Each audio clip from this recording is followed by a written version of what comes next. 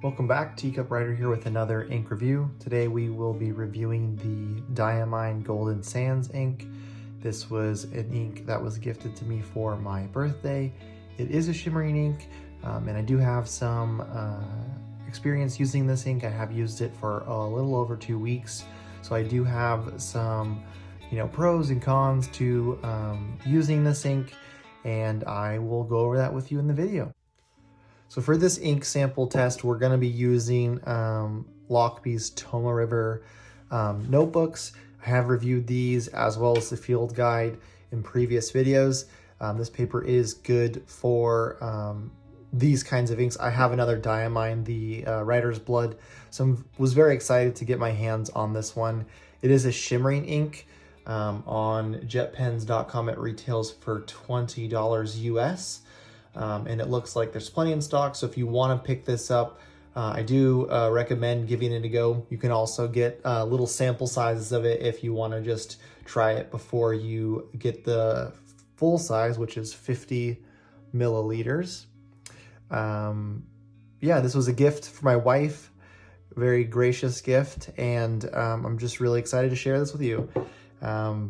Apart from the notebook, I will be using my Narwhal for this. I have used my Waterman, which I have reviewed previously, but because this is a fine tip pen, I have found that a shimmering ink does not necessarily work well in a fine tip pen. At least this pen, from what I've seen, there are, if you look in the bottom, there are all these flakes. So it just ends up clogging the nib.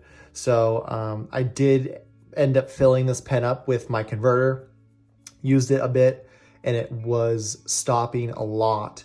So I just decided to empty it and put it in a pen that has a bigger nib. And this is a medium, so there's a lot better flow, and I am not getting clogged with the little golden shimmer flakes that they put in it. So pro, it's great. It looks amazing. Con right off the bat is it does require a pen that either has a bigger nib size, or a pen that tends to flow a little bit better. My Waterman is a hit or miss. I have used a similar ink to the shimmering ink in this, and it's worked great, so I just don't think it's compatible with that ink, which is fine. I have other pens. But anyways, back to the ink. You can see that in the little ink window that it's sloshing around in there. And I thought it was kind of cool because this Narwhal has a golden tinge to it. I don't know if the camera picks that up, but it kind of complements the pen really nicely. So it kind of looks like the ink is flowing through the resin part of the pen, which is kind of cool. But yeah, anyways, I will do a sample with a pen, a swab, and then we'll see what happens.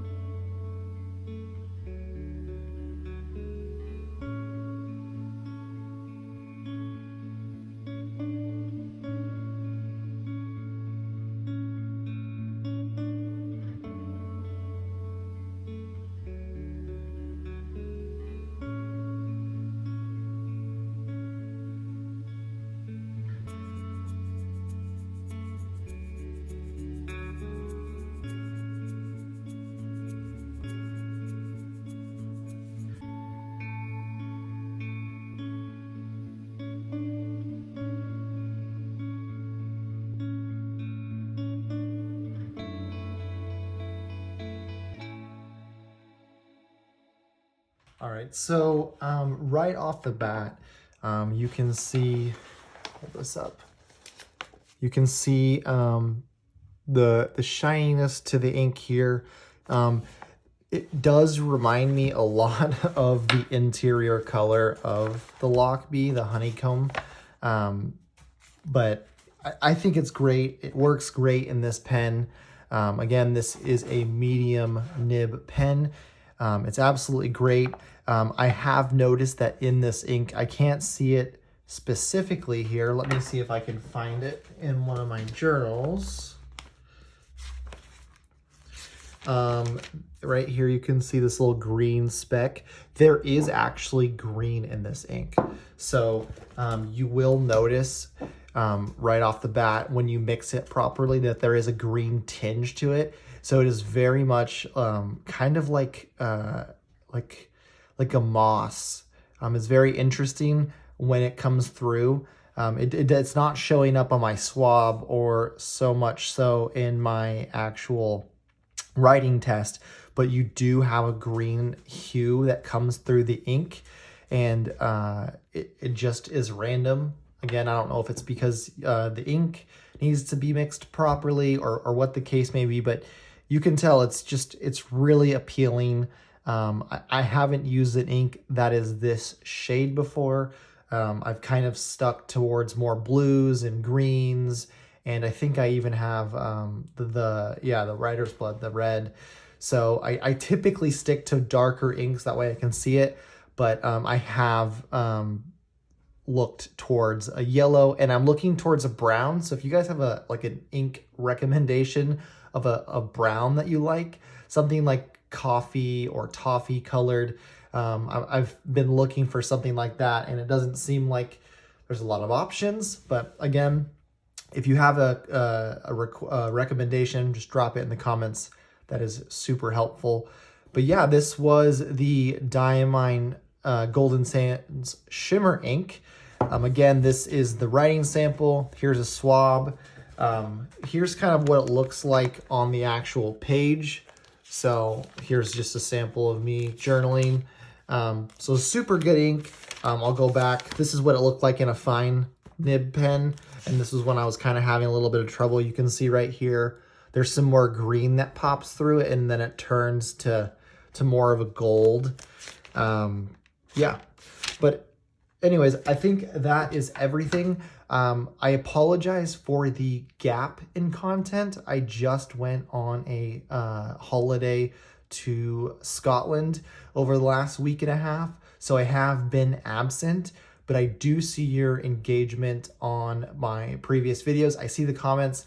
It seems like I've gotten a lot of connections with left-handed fountain pen writers, and that is awesome. I will be reviewing a Lamy Safari within the next couple days. Hopefully I'm able to get my hands on one of the left-handed nibs. I know that I am super curious to see what a left-handed nib means, and if it's even any better than what I'm using. But yeah, more content to come. You can just look forward to that. Again, thank you so much for your support, your kindness, and for subscribing. I hope to make more videos targeted towards different products that Lockbee offers, as well as products that are like ink products, and also talking more about what I do with my writing, and the book that I have that will be coming out shortly, as well as a book that I have already written. So if you are interested in any of that, just let me know. I'll make those videos a lot sooner rather than later. But I thank you so much, and I hope you enjoy the rest of your day.